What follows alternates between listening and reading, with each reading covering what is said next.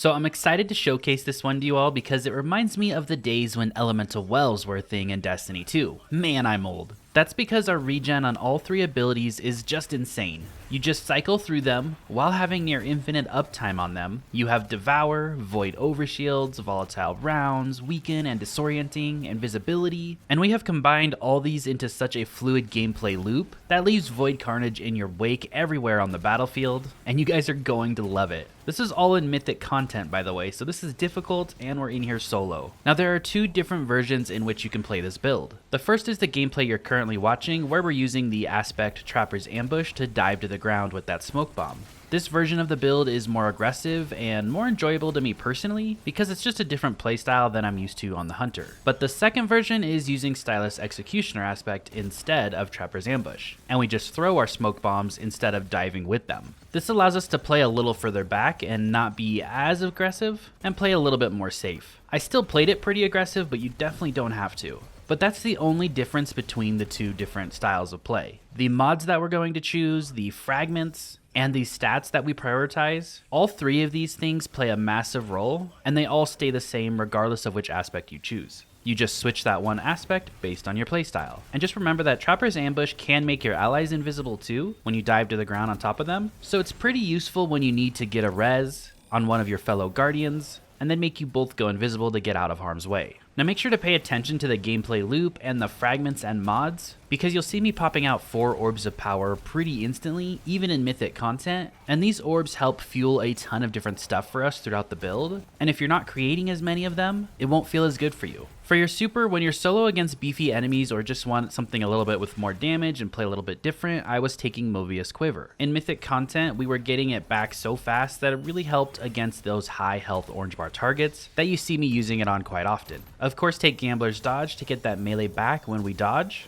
And remember, you can dodge anywhere on the field, it doesn't have to be close to an enemy. And then I still like to take Vortex Grenade as my choice on Void. You can swap this for Scatter Grenade if you want, but I like how Vortex groups up the enemies more, and that allows my smoke bombs to just tag everything, which is weakening them and disorienting them. So Vortex Grenade adds a little bit of crowd control for me. Now we already mentioned choosing the first aspect based on your playstyle. For the second one, we'll take On the Prowl. This did get buffed recently to be more reliable in targeting the closest enemy to you, and it did seem a lot more consistent, which is great. But the best part is when you kill that marked target, you get about 15% ability energy to all your abilities, and you're also granting that to your allies. It also leaves another weakening smoke cloud, and that can make you invisible when passing through it, and your allies invisible as well. But it just adds a nice ability regen to this gameplay loop that we're doing here. For the fragments on the build, we'll take Echo of Starvation. Picking up a Void Breach or an Orb of Power grants Devour. Devour heals us on every kill and provides us grenade energy, and we are getting close to 100 grenade, so this is some good energy on the Void Hunter. We'll take Echo of Harvest. Defeating weakened targets creates an Orb of Power and a Void Breach. This is on a 10-second cooldown, but it's just an extra Orb of Power and a Void Breach literally every 10 seconds. Because everything is weakened in front of you all the time. We'll take Echo of Instability. Defeating targets with grenades grants volatile rounds to your weapons. Since we have Vortex Grenade up so often, we are killing things with it, and volatile rounds just helps buff our Slanger's Fang even more,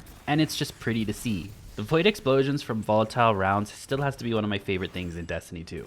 We'll take Echo of Persistence. Void buffs applied to you, which is all 3 of them for us. Invisibility, Overshield, and Devour have increased duration. This is mainly for Devour, so it allows it to last 15 seconds. And then the last fragment slot is up to you. I did have Echo of Obscurity on. Finisher Final Blows grant Invisibility. You really don't need this because you're probably going to be going in and out of Invis anyways, but this did give me a plus 10 to my class stat, and I did need that. Now speaking of stats on the build, I wanted to get close to 100 class ability, close to 100 grenade, and close to 100 melee. Those are the 3 main stats I would aim for, and the 4th stat would be the super stat. Now you only really need to get up above 80 in your class ability and your melee, because that will make the loop feel pretty good. And then for your grenade, if you can get that up to 90 or 100, it just helps out Devour a lot. And then of course, you guys all know about the super. If you do run around with 30 or 40 super, you guys will really feel that you're not getting your super very often. So I like getting that super close to 100 if I can. Now I'm going to suggest an exotic weapon. I used this in my last video. It is Slayer's Fang. I've seen some people talking about ammo regeneration on this thing,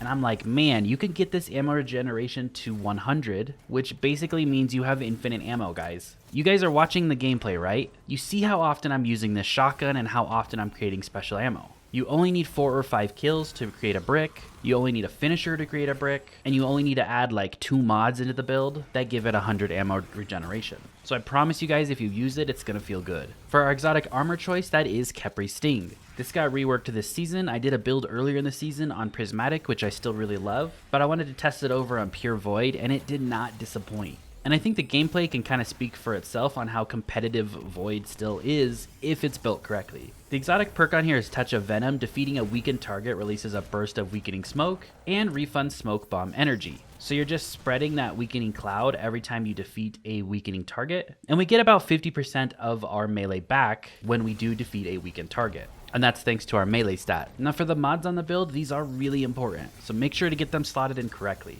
On the helmet, we'll take a special ammo finder to help create more ammo for that Slayer's Fang that we're using. We'll take a dynamo, reduce super cooldown when using your class ability near targets. We are proccing this all the time, so it's just a lot more super coming back. And then we'll also take a harmonic siphon that allows Slayer's Fang double kills to create orbs of power for us. We'll take focusing strike, grants class ability energy when you cause damage with a powered melee attack, and impact induction. Powered melee attacks reduces your grenade cooldown.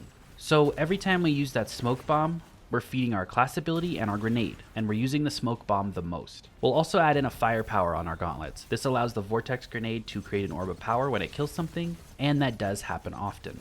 On the chest piece, you'll take 1 void ammo generation to play into Slayer's Fang, and then your other 2 mods there are your damage reduction, so just match whatever activity you're doing. On the boots, we'll take a Void Scavenger, you get extra ammo when picking up a Void Brick, and then Absolution to reduce all ability cooldowns each time we pick up an Orb of Power, and Innervation, reduce grenade cooldown each time we pick up an Orb of Power. Since we are creating so many Orbs of Power, you're proccing both of these mods a lot. On your class item, we'll take Special Finisher. This is where your armor charges are going. Finishers generate special ammo for the whole fire team. This includes you and your teammates. And we can walk away from killing a group of enemies with 3 armor charges pretty much instantly, as you can see, because our orb generation is so great. We'll take a powerful attraction, so when we dodge near an orb, it'll automatically pick it up, and then a Reaper mod, of course. So then after you dodge, your next weapon kill will spawn an orb of power. So between the Reaper mod proccing, the Firepower mod proccing, the Harmonic Siphon proccing, and then Echo of Harvest proccing, that's 4 or 5 different ways instantly to create orbs of power just by doing the normal gameplay loop that you're already doing. So super helpful when it comes to armor charges, when it comes to ability regen, and getting extra super from collecting all those orbs. I hope you guys enjoyed this video. I hope you found it helpful and you guys give it a try, because I really do think you'll love this playstyle. I'll see you guys all in the next video. Have a great rest of your day.